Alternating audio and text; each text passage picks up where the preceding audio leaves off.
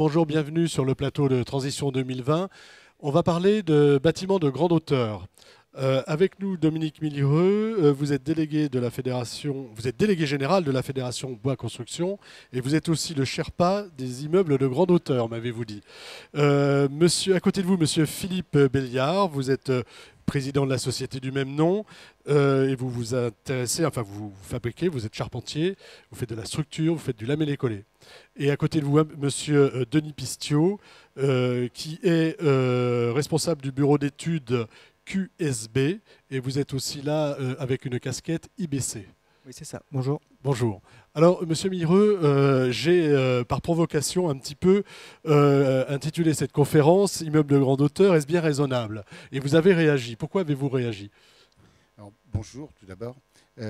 Tout simplement parce que je pense que vous avez souhaité que j'intervienne par rapport donc, au plan de la Nouvelle-France industrielle. Tout à fait. Qui est consacré aux bâtiments de grande hauteur en bois. Ce plan de la Nouvelle-France industrielle donc, est un plan qui s'inscrit dans les 34 plans. Donc en particulier, il y a des objets comme le moteur à 2 litres. Donc il y a également les objets connectés, il y a le transport par dirigeable, il y a des plans consacrés au biomédical. Et un des plans est consacré aux industries du bois et en particulier aux bâtiments de grande hauteur en bois. Donc les pouvoirs publics ont souhaité, au travers de plans un petit peu démonstratifs, d'objets démonstratifs, de faire évoluer donc des secteurs industriels. Alors nous savons pertinemment que les marchés pour le bois ne seront pas les skyscrapers, les bâtiments, les lignes de grande hauteur, seront essentiellement du R+6, du R+7. Voilà, il y a une petite différenciation à faire entre grande hauteur et hauteur. Voilà, tout à fait. Néanmoins, avec les pilotes, on s'est fixé comme objectif de se positionner dans ce que nous appelons en termes de réglementation les IGH, c'est-à-dire les immeubles de grande hauteur. C'est à partir de combien d'étages? À peu près, pour simplifier, 15 niveaux. Cela varie entre... Je vais vous demander de mettre votre micro un peu plus près de votre menton. Donc ça dépend, en moyenne c'est 15 niveaux, mais ça dépend si on a un bâtiment d'habitation ou si on est en bureau. Voilà. Donc, mais finalement, il se fait assez peu, quel que soit le mode constructif, il se fait assez peu d'immeubles de grande hauteur en France. Alors, assez peu. Néanmoins, il y a depuis quelques années, depuis 2-3 ans, un engouement international pour aller sur des bâtiments de plus grande hauteur. En particulier, il y a Melbourne, actuellement un projet de R+30. Il y a des immeubles à Londres, dont d'ailleurs l'immeuble Google. Le siège Google, qui va être donc un R+6 de mémoire. Il y a des projets en Autriche de R+15, R+16. Donc c'est une tendance. Il y a des projets aux États-Unis aussi. C'est une tendance générale et mondiale. Oui, c'est une tendance générale et mondiale. Bon, et puis, comment on l'explique? Alors moi je l'explique de 2 façons. La première façon, c'est que globalement, la densification urbanistique nous amène à construire davantage en hauteur. Donc on a besoin, par exemple, on sait qu'à Paris aujourd'hui, Paris traditionnel c'est R+5, mais les pouvoirs publics souhaiteraient, d'ailleurs les deux de la campagne récente de municipale, les questions ont été nombreuses pour se dire R+6, R+7, monter d'1 ou 2 niveaux. Donc il y a ce besoin de monter, tout simplement pour densifier et pour éviter d'utiliser du territoire. Voilà. Et puis face à ce besoin, il est apparu qu'il y avait aussi une technique depuis quelque temps qui apparaissait, qu'est le CLT, Cross Laminated Timber, ou panneau lamellé croisé, qui permettait de monter en hauteur. Donc c'est un peu cette concordance des deux phénomènes qui ont joué et qui jouent en faveur des bâtiments de hauteur en bois. Alors, je vais m'adresser à votre voisin parce que vous êtes parti sur le CLT justement. Est-ce que c'est vraiment le mode constructif d'avenir pour le bâtiment de hauteur en bois? Alors bonjour tout d'abord. Bonjour. C'est un des modes constructifs aujourd'hui qui existent. Je pense que nous pouvons distinguer 3 grands modes constructifs aujourd'hui pour ce genre de structure. Le CLT qui est donc le principe d'un panneau par couche de bois massif croisé. On distingue également le système poteau-poutre et un autre procédé un petit peu moins connu qui est le colombage contemporain, qui est un mixte entre le poteau-poutre et le lamellé collé, qui permet d'atteindre également des hauteurs tout à fait raisonnables sur du, je pense, R+5 sans problème. D'accord. Alors, est-ce qu'on peut faire un petit peu, non pas les avantages et les inconvénients, mais l'intérêt de chacune de ces techniques par rapport aux bâtiments de grande hauteur? L'intérêt qu'on peut retrouver sur l'ensemble des trois solutions, le premier intérêt, je pense qu'il y a un intérêt qui est indéniable, c'est la rapidité d'exécution. En filière sèche. Ensuite, les intérêts ou les différences se trouvent sur le principe d'isolation. Je pense qu'on est sur des systèmes de poteau-poutre où là on a un complément d'isolation et de mur à apporter, alors que le CLT ferme un bâtiment très rapidement. Donc là on part sur des solutions complémentaires. Mais dans les trois solutions, ne perdons pas de vue la rapidité d'exécution par rapport à une construction traditionnelle. D'accord. C'est ce qui fait vraiment l'intérêt de pouvoir construire aujourd'hui avec ces solutions bois. Je pense qu'aujourd'hui, si la filière s'organise, ce sera un plus très important pour notre filière et quelque chose qu'on mettra très rapidement en avant. Alors, je vais demander à M. Pistiot, vous, de votre côté, bureau d'études, c'est des bâtiments sur lesquels vous commencez à réfléchir. Quels sont où se porte la réflexion? Donc jusqu'à il y a à peu près 2 ans, on était sollicité sur des bâtiments plutôt R+2. Et là, on sent bien qu'il y a une récurrence sur les bâtiments R+3 et il y a une volonté de monter R+5, R+8. Donc ça, maintenant, dans les concours, dans les faisabilités qu'on traite régulièrement, on est à R+5, R+6, R+8. Donc ça commence à être dans le langage commun des bureaux d'études. Donc on sait apprécier aussi par le calcul, avec les logiciels qu'on a, ces nouvelles de chacune des solutions techniques dont on a parlé. Donc c'est vrai que quand on est en R+2, on peut encore avoir recours à des solutions traditionnelles type ossature, mais dès qu'on monte, il faut du refend. Et bon, entre le CLT et le poteau-poutre, un poteau-poutre, on va avoir des éléments qui ont des retombées. Et bien souvent, les architectes ne veulent pas de retombées entre les étages, donc le CLT permet de répondre à cette demande. Et d'avoir aussi un panneau qui peut avoir une finition intérieure dès sa conception, dès sa conception industrielle. D'accord.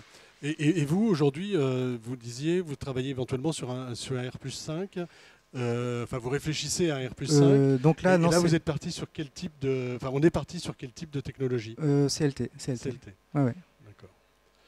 Monsieur Mireux, sur ces bâtiments de grande hauteur, est-ce qu'il y a des freins qui peuvent être psychologiques, tout simplement, se dire c'est un bâtiment en bois, est-ce qu'on a les mêmes freins qu'on avait il y a 10 ou 15 ans sur la maison en bois, en disant c'est la maison des 3 petits cochons, ce qu'on n'entend plus du tout, mais est-ce qu'on a ce même type de choses par rapport au feu, par rapport à la tenue, est-ce qu'on a le même type de préjugés? Oui, tout à fait. Et d'ailleurs, c'est un des objectifs du plan sur les bâtiments de grande hauteur que nous allons explorer.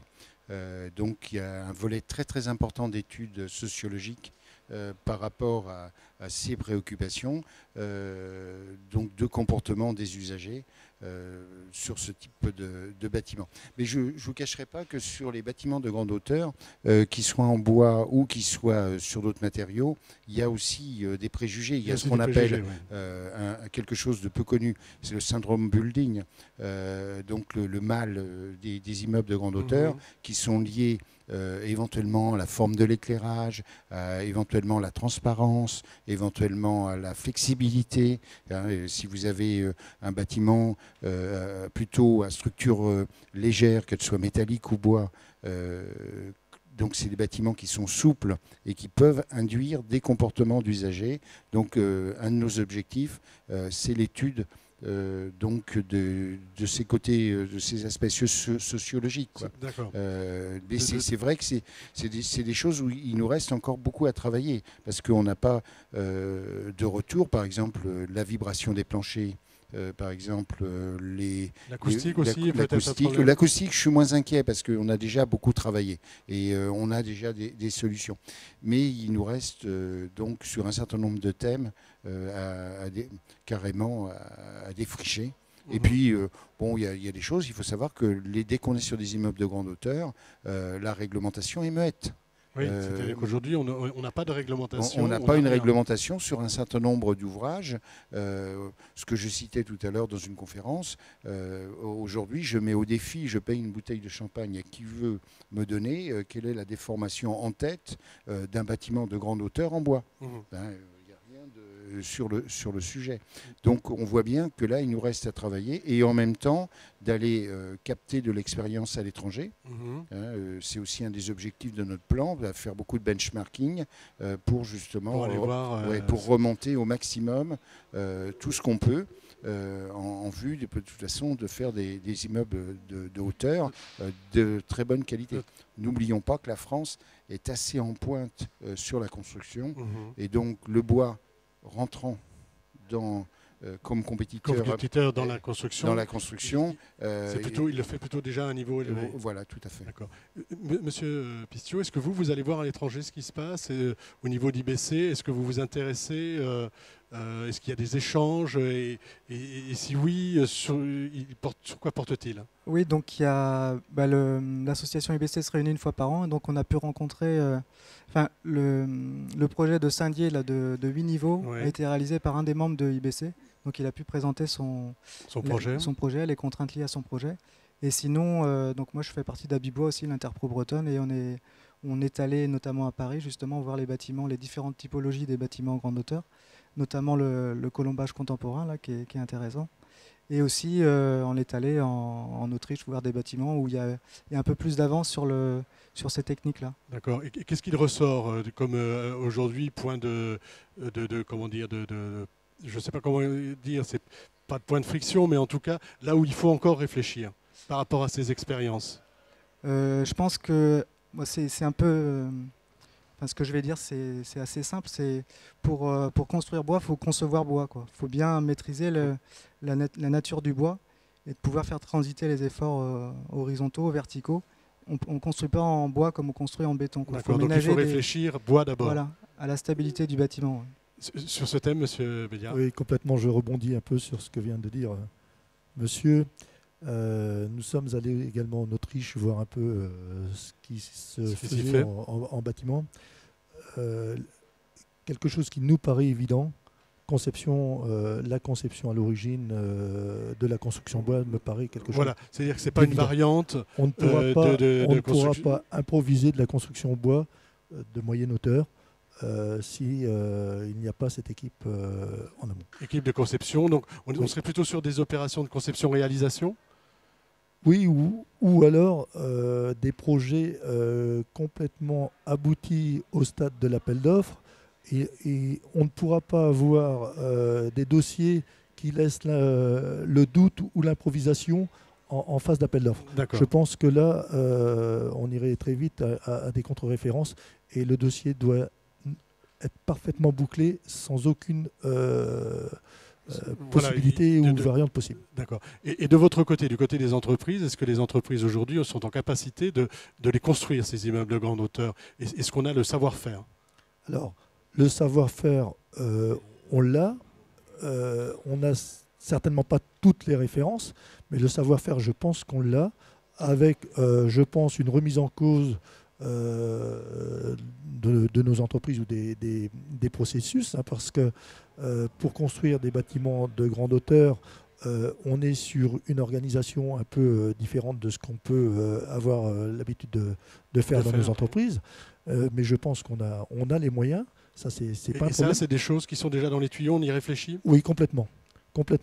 Dans l'organisation, on y réfléchit et on avance là-dessus. Un bon nombre de gens de la profession y réfléchissent. Alors on arrive au terme de notre échange. Je vais vous demander à tous les trois une petite conclusion rapide sur donc, ces nouvelles perspectives qui s'ouvrent à la construction bois. Monsieur Mireux. Oui, rapidement, je crois que Bon, je vous ai dit que le bois dans la ville était effectivement un axe très fort et dans lequel effectivement les bâtiments de grande hauteur sont une des composantes. Je crois que l'urbanisation, donc la densification est telle qu'il faut qu'on trouve des solutions et le bois peut en apporter. Et en particulier, les bâtiments de grande hauteur sont une possibilité. Sont une des possibilités.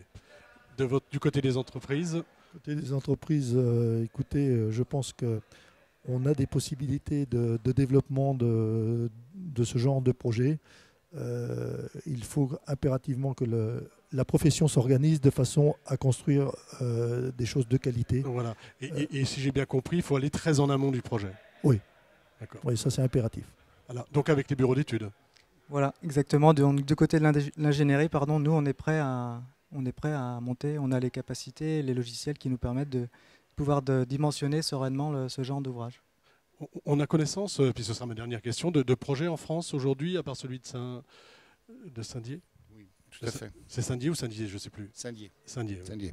Oui, tout à fait. Il y a aujourd'hui plusieurs projets qui se situent plutôt dans les R+6, R+7, mais il aurait déjà, dans le plan de la Nouvelle-France industrielle, il y a 4 à 5 régions qui se positionnent. Ils sont positionnés sur le sujet. Mais là, on sera quand même sur des notions de R+10 quand même. Hein. Voilà. D'accord. Bah, écoutez, messieurs, merci beaucoup et merci d'être venus jusqu'ici pour nous parler des immeubles de hauteur.